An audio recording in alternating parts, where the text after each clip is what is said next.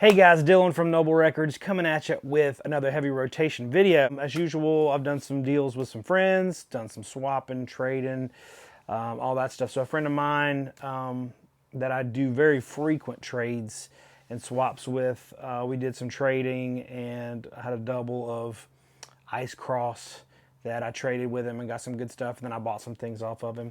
So this is the Rods Rock Hard. You guys probably know the Rods. They put out a lot more mainstream records. Like this came out in 1980, but like in the 80s they put out several mainstream records that aren't hard to find. They're not particularly expensive. Then they're good, good hard rock stuff. But this is their first record, and it's really hard to find.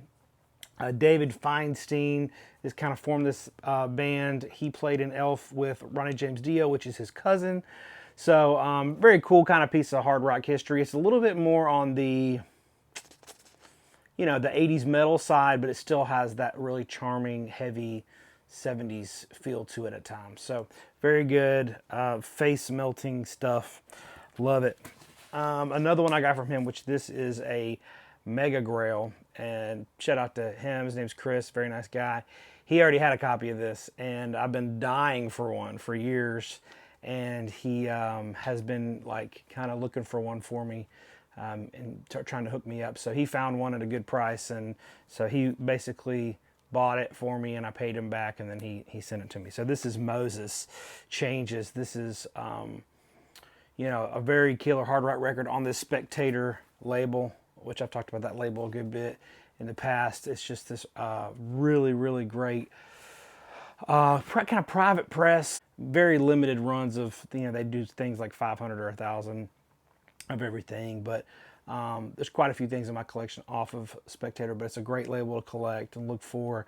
And this one is just, I mean, if you love the early 70s hard and heavy, which now, like, my collection, like, that's the thing that I'm looking for the most. That's the thing that my collection kind of specializes in, is that early 70s, mid 70s, hard and heavy, obscure rock with great guitars. Like, that's everything I collect pretty much.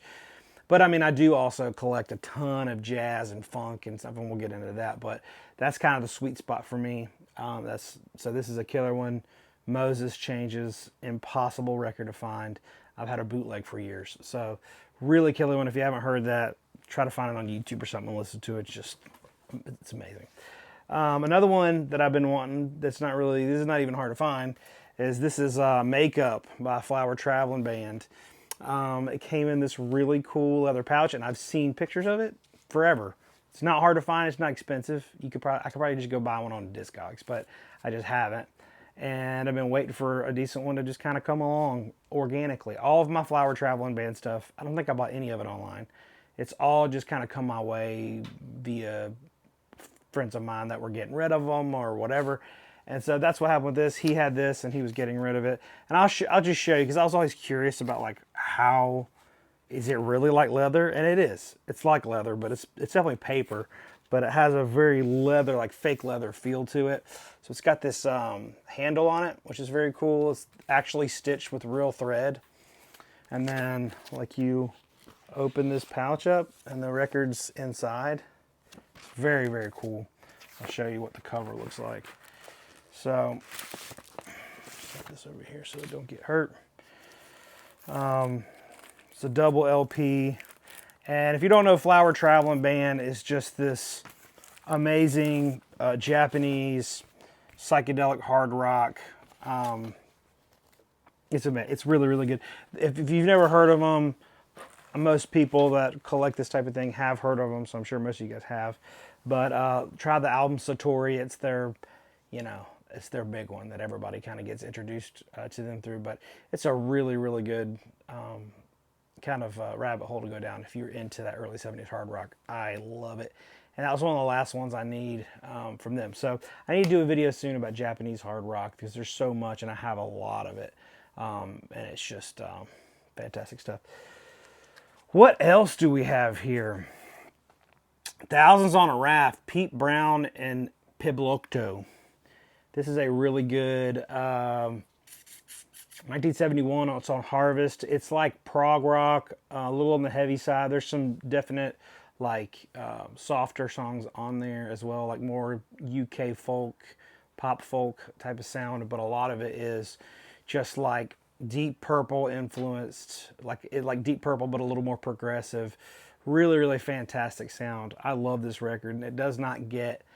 It's super underrated. It doesn't get the props it deserves. But Pete Brown and Piblodo, I'll show you the label so you can look for it if you'd like, because it doesn't have it on the cover. But yeah, it is a very cool record. It's not, it's another one that's not terribly expensive, but a little expensive, a little tough to find. Here's another one, Tobruk. This is Brazilian progressive rock. There's times in this that reminds me a little bit of Italian prog, but really, really good. It's on this Cashbox label. But yeah, really fantastic stuff. This one is another one I've been looking for a long time. Hard to find a clean copy. This one's decent. Yeah, thrilled to have it. That's a cool one from Brazil. He also just gave me this, Legend in Their Own Time. Another really good U.S. private press hard rock record.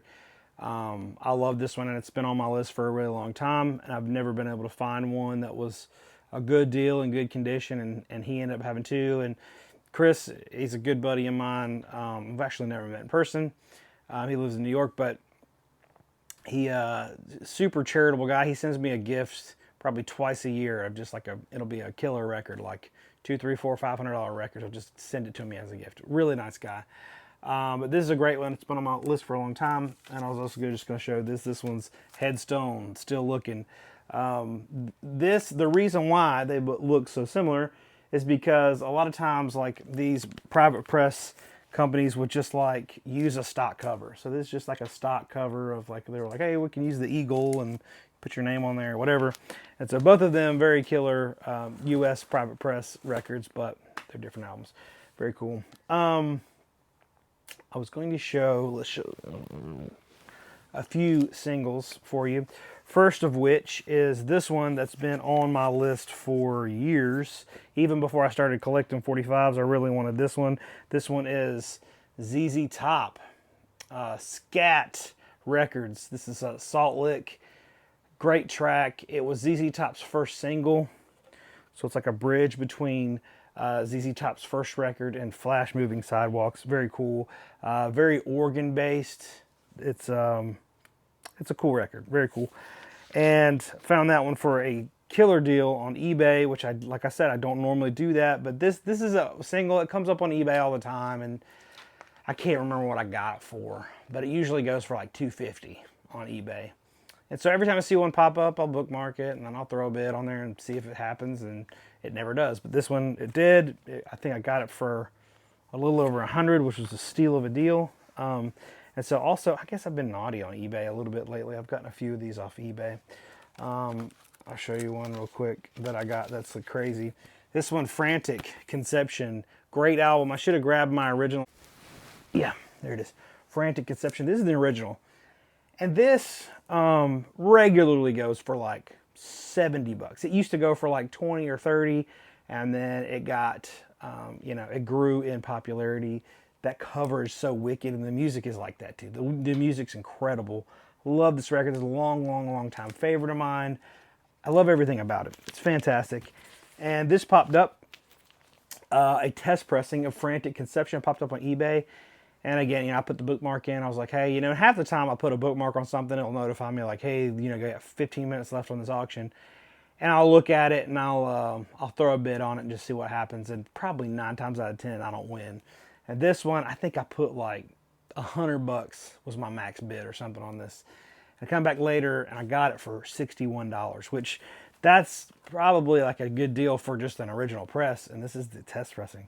Very cool. I mean, it's the type of thing, I don't care what it's worth. It's just one of my favorite obscure rock records. And early on, I found it, and I was just mind blown by it. And so it's very cool to have a test pressing of it in my collection. Again, it's not like, it's not like an investment piece or anything like that. I don't really do that. I never buy a record and think like, I'm going to hold on to this, and then right when this, in 5 years it'll be worth this. So I don't really do that. Jeff Lieberman, I have had this record. Solitude Within is a fantastic record. He has a couple. This is my favorite of his. This is one of those, the cover doesn't look good. It looks like a maybe country type of, this is some face melting hard rock. It's great. It's got some folky parts, but it's really, really good. Very misleading cover, like I said, but it is just so heavy, so killer. Love this record to death. It's amazing. So I've had this record for a while. It's a good one. But this is a single that there's a guy on eBay. That, after these two, I'm done with eBay. But he put this one up. This is Jeff Lieberman, The Magic of Sound. That's the main track on there. And then the other one is Another Day. So The Magic of Sound is like folky. This is not on any of his albums. This is just kind of folky. And it has these bursts of the crazy heavy guitar solos. Really, really cool. And so this is really rare, really hard to find. And then the other side is Another Day, which is just more, it's a lot softer of a track. And but the main standout one is The Magic of Sound. So The Magic of Sound, it says by Jeff Lieberman, featuring Dave Forgione, however you say that. But this one he also had on his auction, which was, this is not even on Discogs. So I got this for pretty cheap. This is that guy Dave Forgione. It's the same Libra records that all the Jeff Lieberman stuff's on, and that's The Magic of Sound, which is exactly the same recording. And it doesn't say anything about Jeff Lieberman, even though this one says The Magic of Sound is Jeff Lieberman's song. So I don't know. Jeff Lieberman's definitely involved. And then this B-side is Something Gained. Again, this track wasn't on YouTube anywhere. This single's not on Discogs, so I'll probably put it on there. But it's just kind of cool to have. I don't remember how much I paid for this. It wasn't much. Just because it's just like, I don't know, nobody knows about it. And I think within decent reason. I don't know if it's something everybody needs to know about. Here's a cool one. So years ago, this was probably 5 years ago. A friend of mine, his name's Matt, and he runs a record store called Spatula City Records. And he had posted on Instagram that he had gotten some blue 78s. Just a stack like that big of blue 78s. And I don't collect 78s at all. But I know there's a lot of really killer blue 78s out there. And I just kind of was like, hey, how much you want for them? And he's like, oh, I'll have to let you know. And didn't hear back from him for a couple weeks. And then a box shows up and he just sent them to me for free. So I've had these blue 78s. I think I listened to them when I got them. And then I kind of put them, I've got a crate where I've got kind of miscellaneous media in here. And I don't have many 10-inch records. I don't have many 78s. So the other day I was in my room with my son. He's 8. And we're talking about records, and he's always asking questions about music and records and stuff. And he's like, "What was the first record? How you know?" He's asking about like how long records have been around, and so I'm like trying to consolidate and not dump on him more than he needs to know right now. And so I just kind of told him about cylinders. I mean, like I know people recorded on like in a bunch of different ways during that time and before that, like with wire and all this stuff. But I didn't want to dump all that on him. I was just like, as far as records, I told him like, cylinders like almost like a fragile black piece of hard plastic that's shaped like a toilet paper roll. I don't have any of those at the house. I couldn't show him that. And I was telling him about 78. So I basically was like, we're going to start with flat records. I told him about that.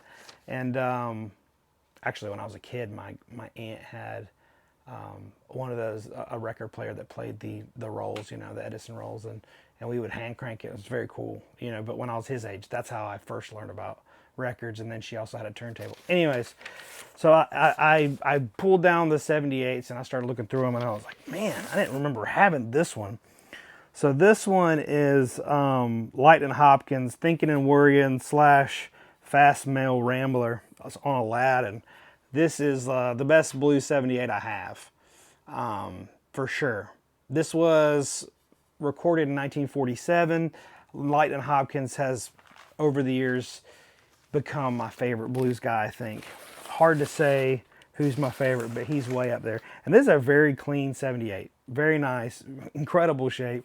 We listened to it and it just blasted it out of speakers. Incredible. Sounds amazing. But he recorded, his first recording that was solo was in 1946. And he recorded like 4 78s for Aladdin, and then in 1947 he recorded a few more. So that one was from 47. I'd love to get all those early, you know, Lightning Hopkins 78s, and but that's just the only one I've ever seen, and so it's very cool, regardless of what it's worth or anything like that. It's just so cool to have such an early. I think he was 36 years old when he recorded that, which is unbelievable. If you think about Lightning Hopkins, I mean, I picture him in my head as this old guy, you know, super old, but he's younger than me when he recorded that. It's pretty amazing. So, anyways, I mean, even in those recordings, you just hear so much sorrow and life in his voice. And so, anyways, very cool. So we pulled that out, and then he sees me playing 45s all the time, and so I told him about like the history of like the 45s and, you know, when they came out to kind of replace the 78s, and then the LP came out, the long play and all that stuff. And anyways, very fun. I've been cleaning out the back of the shop, and there's these little boxes, like little honey holes I've hid everywhere. I'm like, I'm going to bring this record home. I'm going to clean these and bring them home, and I'll put them in a box somewhere. And so I'll have a box of like 40, 50 records, and then they'll get put in the back somewhere, and I don't know where they are. And so like years down the road, I end up finding them. And so I found a box of records that I had intended to take home, and I went through them, and I think I picked like 5 of them out, and the rest of them I was like, we'll just price them out and sell them, because I haven't missed them. You know, it's nothing crazy. But this is one of the ones that was in there. Stankonia, Outcast, a lot of this, like I just remember being a kid in like late middle school, early high school, listening to this stuff. And this is an OG on orange vinyl. Just very cool to have, you know. I know a lot of my viewers probably are not into, you know, early 2000s hip hop, but for me, this is something that, you know, I remember my sister's boyfriend. I was like 13, and I think he was like 16, 17, something like that. And you know, we would ride around in his Camaro. He had this old Camaro, and he'd always have like the bass subs in the back that would shake the whole car, where everything was rattling so much. I mean, we would listen to this and a bunch of different stuff, but it's just one of those that's have a lot of memories attached to it. So I was like, I'll clean that one and take it home. I'm gonna go through some jazz real quick. And I know, again, I can't make my videos based on what I think that you'll like. I just make my videos based off of what I like. So I know that a lot of you guys aren't jazz folks, and I've been talking a lot about jazz lately. But hopefully you can either tolerate it, or maybe you can, if you're not into it, you can kind of see some stuff to help you get into it if you want to. If you don't want to, then just fast forward a little bit. But I love jazz. I fought it for a long time. And just this past year has been my year for jazz. 2025 has been, I've found so much jazz. It's been so incredible. But anyway, so a friend of mine, his name's Lonnie, he's a great friend. I mean, I could go on about him, and I think I'm going to have him in some future videos, but he's just been one of my absolute all-time favorite customers. He's been, since very early on, he's been bringing me great stuff. Like, he's a digger. He'll go out. He's the first person that found Underground Fire. He found my copy of D.R. Hooker. He's been just a huge, he's mentioned in the liner notes of Underground Fire because I just appreciate him and stuff. But anyways, he's always bringing me good stuff. And he bought a lot of records off of some website or some auction or something. There's somebody's estate was getting auctioned off, and there was like 100 or so records that were in a lot. I can't remember how many there were, but it was a handful of jazz records. And he brought me, I think he brought me like 40 of them. And most of them were like Japanese pressings, which is weird, but he didn't even know what was in there. It was kind of like a blind bid type thing. And he got them for real cheap, and he did very good on them. So he brought me, this is the big one that he brought me, this Johnny Griffin. Amazing. Oh my gosh, this is so, and it's a really, really nice clean copy as well. This is a first press. I mean, look at this thing. Deep groove, beautiful. I don't know if you can see how clean that is, but It's amazing. A blowing session, and it is a blowing session. So freaking good. Lee Morgan, Johnny Griffin, Hank Mobley, John Coltrane, Wynton Kelly, Paul Chambers, Art Blakey. Can you even imagine a better lineup? Unbelievable. This is just a fantastic record. Really rare. They didn't like repress this a bunch of times. Like there's the first press, and then it didn't get pressed again for like, I want to say like 15 years or something, 20 years, I can't remember. But anyways, so this is an obvious first press, deep groove, all that, and it is a fantastic copy, really nice shape. I'm thrilled to add this to my jazz collection. If you don't know this album, if you never listen to it, it's a blow-in session. It's really, really good. Also in that same batch, there's this Grant Green Going West. I didn't have an OG of that. That's an OG of that. There's this Oleo Grant Green, which there was a bunch of recordings that, and I don't know the whole history, so, you know, I'm sure there's a lot of jazz guys that have a lot more knowledge than I do, but from my understanding, that were shelved, you know, sessions that Blue Note artists played and they never got released. Like, so back in like, you know, late 50s, early 60s, a bunch of great jazz sessions that were unreleased. So in Japan in the 80s, you know, hard bop jazz was kind of gone in the US at that point. In the 80s, they were still like really, in Japan, they wanted that stuff. And so somehow they licensed from Blue Note.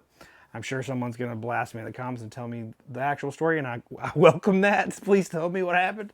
But these are early 80s pressings that are actually the first pressing because the first time they were put out. So great stuff. But I'd never even seen that record before, and I love Grant Green. Another one is Matador. This is a great one as well. A lot of these are getting reissued as tone poets. I mean, look at that lineup. So killer. But fantastic cover as well. Love that cover. And then Remembering Grant Green is another one. And then Jackie McLean, I'm huge on. This is Jackie McLean and Tina Brooks. I don't know. I haven't been keeping up with the tone poets. I'm not sure what's been released and what hasn't, but I know this one, this Tip in the Scales, has been released as a tone poet as well. But I just love having it's the first artwork for it. So my twisted collector mind is having a hard time deciding on which one to keep. The tone poet, that's probably sounds better and is in a really, really nice jacket, or the first Japanese press, which is technically the first pressing. So anyways, you know, first world problems.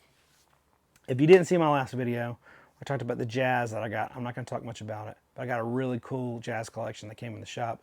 The two big ones that actually went into my collection I'm most excited about is this John Coltrane Love Supreme White Label Promo. This is my absolutely, probably my number one favorite jazz record, or maybe no, I don't know. It's in the top two. I've always said that Soul Stations is my number one. It's hard to say. It doesn't matter. There doesn't need to be a number. It's just one of my favorites. The first copy I ever got of this was a really clean first stereo. I got it at a yard sale 20 years ago. I don't know, a long time ago, for like $2. And then I got a first stereo, for first mono a few years ago. That's super clean. I've had a couple really clean first monos. I'm actually not sure.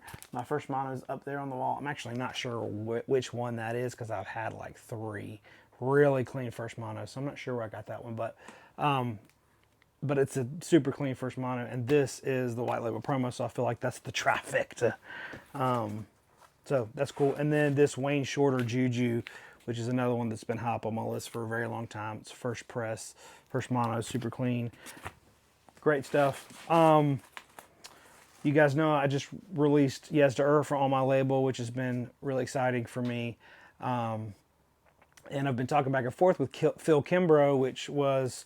He played all the woodwind instruments. Let's see, on the back it says keyboard, synthesizer, mandolin, and wind instruments. So he played all that on the album. He arranged a bunch. He was a huge contributor in Yesa.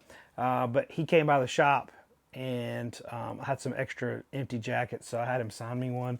And I didn't tell him to put this, but he said, "To Dylan, great beard, Phil Kimbrough." And it just hit me right here. That great beard. I just feel like all these years of growing a beard, it is being recognized by Phil Kimbrough, which I'm excited about. But he was such a nice guy, great sense of humor. You could tell he's one of those people. I don't know if you ever talk to somebody and you're like, holy crap, they're genius, you know. And he just, I could just tell musically he's just brilliant. Great person to be around, very, very nice, very complimentary. And he sent me lots of messages when he got home, because he got a bunch of copies of the record, and he got home and listened to it, and he was blown away.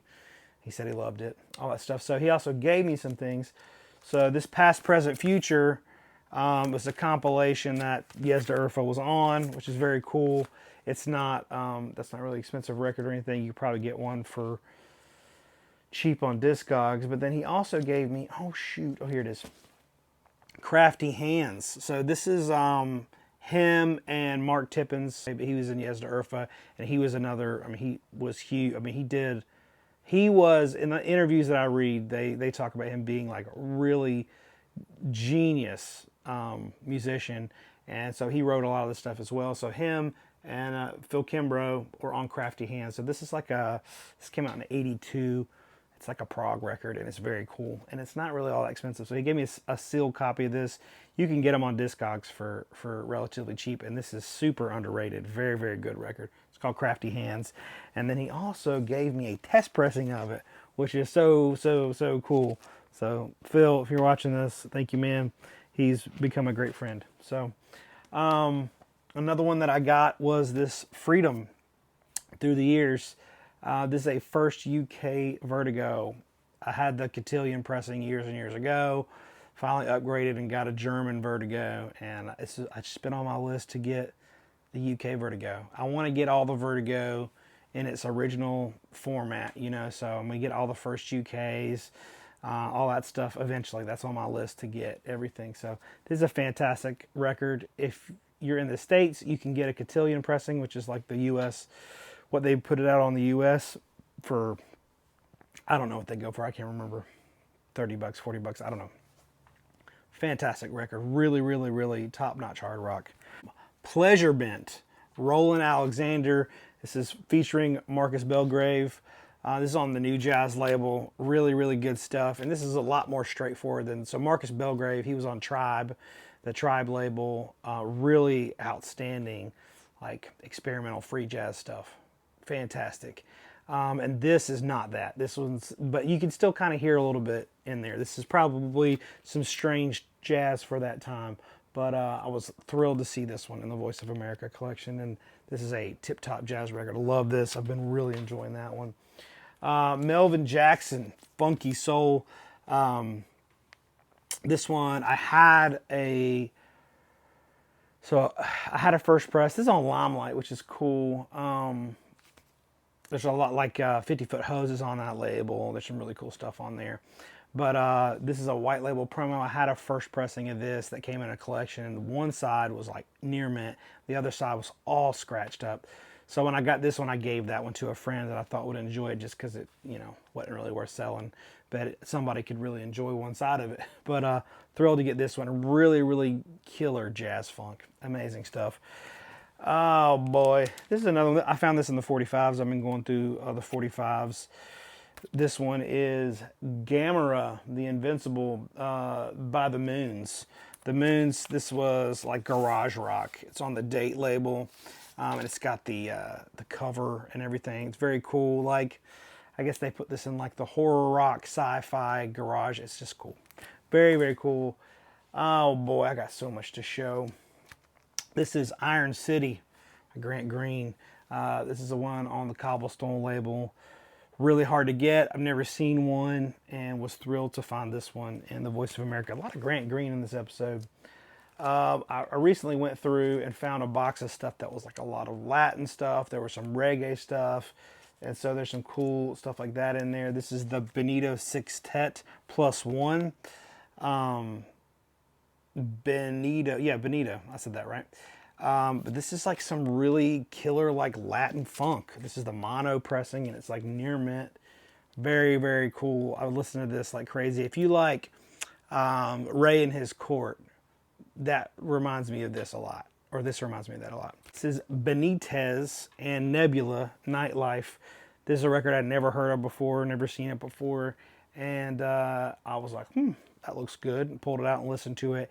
And it's really killer. I mean, it reminds me a lot of, it's like a more jazz funky Carlos Santana. It's very cool. Really, really great guitar tone. Fantastic stuff. So I was thrilled to learn about that one. This is a great one. U-Roy, Dread in a Babylon. This is a promo copy. This one, I don't know if I've showed this before, but this is one of my, you know, obviously we all love Bob Marley. Love everything Bob Marley ever did. When I was a kid, I was obsessed with Bob Marley. I still am. Love Bob Marley. Outside of Bob Marley, this is some of my absolute favorite reggae. This is singable. It's something that everybody I feel like would enjoy. I put it on the shop the other day and looked around. Everybody just was really, really digging it. Fantastic record if you're looking for some reggae recommendations. Clifton Eaton, Half and Half. Really great funk record. This is a promo copy. Beautiful, fantastic stuff. I think that's it, guys. I've got more stuff, but I don't want to make this video too terribly long. I love making these videos and going through, but every time I do it, I'm like, man, I just missed some stuff. I know I've got more that I've kept and brought in. But anyways, as always, we're doing our best to find records and get rid of records as fast as we possibly can. So thank you all for watching, and we'll see you next time.